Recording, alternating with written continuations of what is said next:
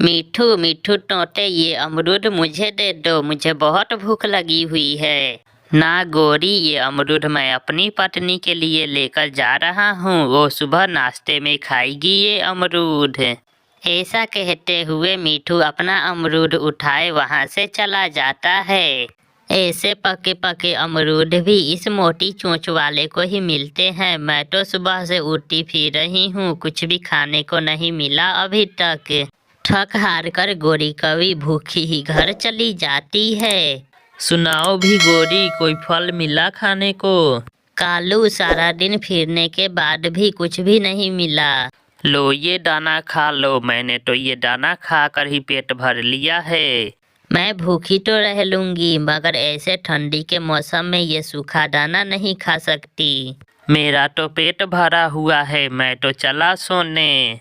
ऐसे कहते हुए कालू कौवा सो जाता है। मीठू जी, आप बहुत अच्छे हो जो मेरे लिए लाल अमरूद लेकर आए।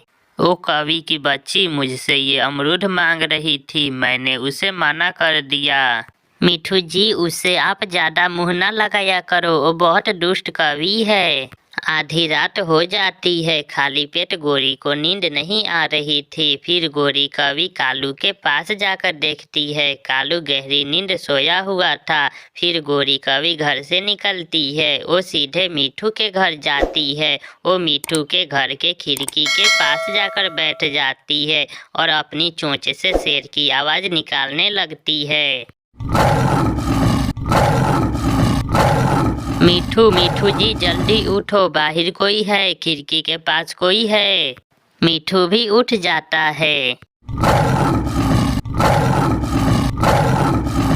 जल्दी से मुझे कोई मीठा सा फल दे दो, मैं जंगल का शेर हूँ, जब शेर भूखा होता है तो सबको खा जाता है। हरियाली, दरवाजा ना खोलना, बाहर शेर है। कहाँ है वो अमरूद, कहाँ है वो? जल्दी से खिड़की के बाहर फेंक दो, वरना शेर घर के अंदर घुस आएगा। फिर जल्दी से हरियाली टोटी अपना अमरूद खिड़की से बाहर फेंक देती है, जो गोरी के पास जाकर गिरता है। गोरी वो अमरूद उठाकर वहां से चली जाती है। गोरी घर जाकर मजे मजे से वो अमरूद खाती है और सो जाती है। चिड़िया चिड़िया, आज की रात हम बाल बाल बच गए। एक भूखा शेर हमारी घर की खिड़की से आवाजें दे रहा था, वो फल मांग रहा था। क्या वो शेर फल लेकर वहां से चला गया? हाँ, जैसे हरियाली ने खिड़की से अमरूद बाहर फेंका तो फिर दोबारा उसकी आवाज नहीं आई। गोरी कवि भी वहां आ जाती है। कैसे हो मोटी चोंच वाले? ठीक हूँ काली कलौटी। अच्छा चिड़िया, अब मैं जाता हूँ। मिठू वहां से चला जाता है।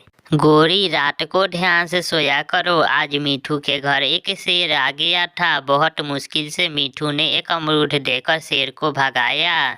अगर ऐसी मुसीबत आ जाए तो जान से बढ़कर क्या, जो हो घर में वो दे देना चाहिए।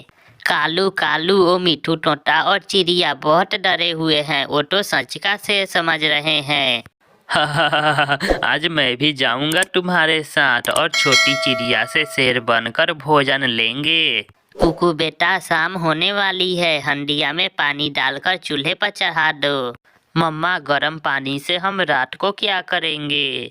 कुकू बेटा, जंगल में एक खतरनाक शेर आ गया है, अगर वो हमारे घर आ गया तो हम गरम गरम पानी उसके ऊपर फेंक कर उसे यहाँ से भगा देंगे। रात हो जाती है, गोरी और कालू घर से निकलते हैं, वो सीधे कबूतर के घर जाते हैं। गोरी, पहले मैं बनूंगा, पहले मैं शेर बनूंगा।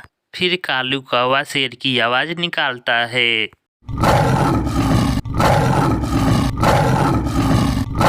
कबूतर के बच्चे, जल्दी से भूखे शेर को कुछ खाने को दे दो, वरना भूखा से तुम्हें ही खा जाएगा।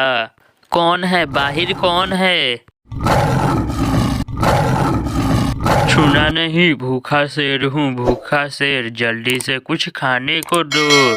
कबूतर के पास 2 मकई के बूटे थे। कबूतर मकई के बूटे खिड़की से बाहर फेंक देता है, जिसे उठाकर कौवे वहां से चले जाते हैं। बच गया, मैं बच गया। अगर मेरे पास मकई ना होती तो आज मेरा आखिरी दिन ही होता। कौवा और कौवी एक पेड़ की डाल पर बैठे मजे मजे से मकई खाते हैं। कालू, उस छोटी चिड़िया के घर से शाम से ही धुएं निकल रहे हैं। शायद आज उसने खिचड़ी बनाई होगी। तो फिर ये भूखे से चिड़िया के घर चले जाते हैं।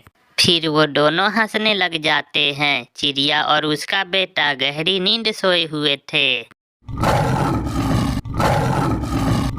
चिड़िया, छोटी चिड़िया की बच्ची, मुझे कुछ खाने को दो, वरना ये भूखा शेर तुम्हें ही खा जाएगा। मम्मा मम्मा जल्दी उठें, वो शेर हमारे घर के बाहर है। जल्दी करो, मुझे कुछ खाने को दो। कुकू बेटा, मेरे पीछे छुप जाओ, ये एक नहीं दो शेरों की आवाज है। फिर मामा चिड़िया हौसला रख के बोलती है, शेर जी धीरज रखे, हमें ना खाना, मैं अभी आपको गरम गरम खिचड़ी की हंडिया देती हूँ।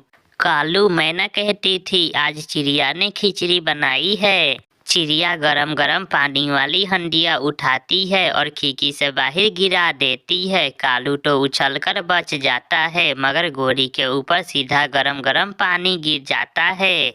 बचाओ बचाओ कालू, मुझे बचाओ। कालू, मुझे छोड़कर मत जाओ, प्लीज कालू यहाँ आओ। मम्मा, ये तो गोरी आंटी की आवाज है। फिर मामा चिड़िया और कुकू घर से बाहर आते हैं। गोरी के शरीर से तो धुएं निकल रहे थे। मर गई चिड़िया, मर गए। चिड़िया, तूने भूखे शेर को गरम गरम खिचड़ी कुछ ज्यादा ही खिला दी। ये सुनकर कुकू और चिड़िया हंसने लग जाते हैं। तो ये हैं हमारे जंगल के भूखे शेर। फिर दूसरे दिन चिड़िया सबको बताती है और सब गोरी कवि का खूब मजाक उड़ाते हैं। चिड़िया ने अच्छा भोजन दिया भूखी शेरनी को। गोरी गोरी, क्या आज भी मेरे घर से खिचड़ी खाने आएगा भूखा शेर? मगर गोरी कवि से हिला भी नहीं जा रहा था। उसके पंख गर्म पानी से जले हुए थे। प्यारे दोस्तों, इस कहानी को लाइक करना ना भूले। आपका धन्यवाद।